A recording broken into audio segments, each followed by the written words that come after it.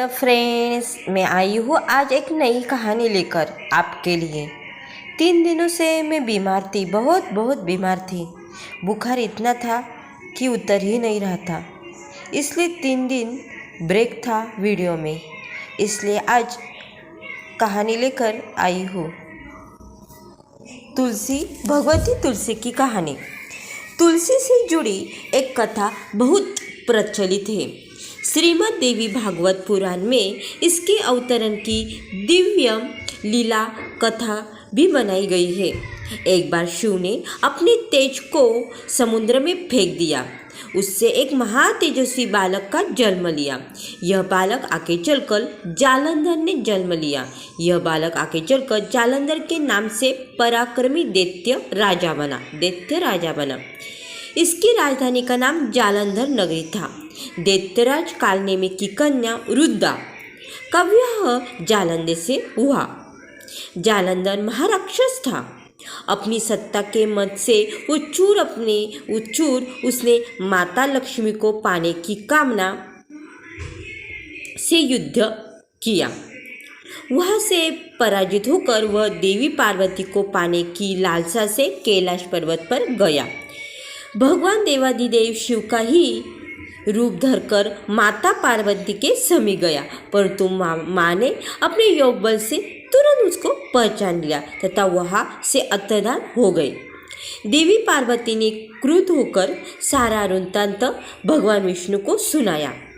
जालंधर की पत्नी रुद्रा अत्यंत प्रतिव्रता सी थी।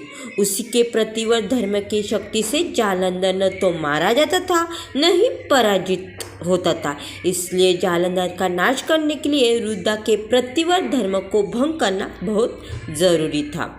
इसी कारण भगवान विष्णु ऋषि का वेश धारण कर वन में जा पहुंचे, जहाँ रुद्रा अकेली भ्रमण कर रही थी। भगवान के साथ 2 मायावी राक्षस भी थे, जिसे देखकर रुद्रा भयभीत हो गई। ऋषि ने रुद्रा के सामने पल में दोनों का भस्म कर दिया।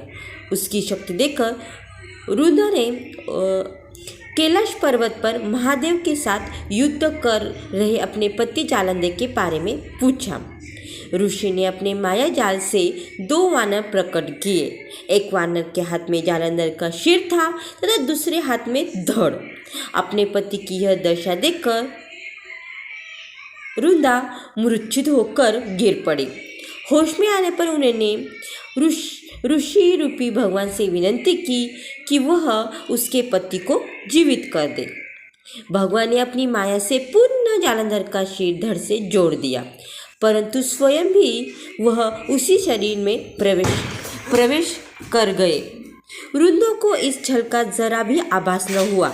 जालंधर बने भगवान के साथ रुद्रा प्रतिव्रता का व्यवहार करने लगी, जिससे उसका सतीत्व भंग हो गया। ऐसा होते ही रुद्रा का पति जालंधर युद्ध में मारा गया। इस सारी लीला का जब रुद्रा को पता चला तो उसने क्रुद्ध होकर भगवान विष्णु को शिला होने का शाप दे दिया तथा स्वयं सती हो गई। जहाँ रुद्रा भस्म हुई वहाँ तुलसी का पौधा उगा।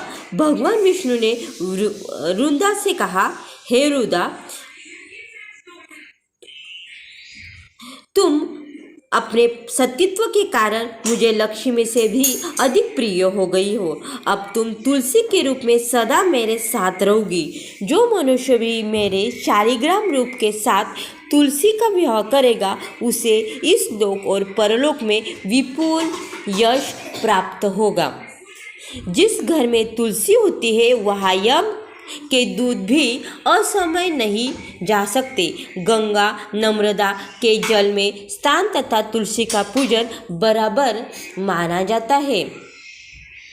चाहे मनुष्य कितना भी पापी क्यों न हो, मृत्यु के समय जिसके प्राण मंजरी रहित तुलसी और गंगा जल मुख में रखकर निकल जाए, वह पापों से मुक्त होकर वैकुंठ धाम प्राप्त होता है।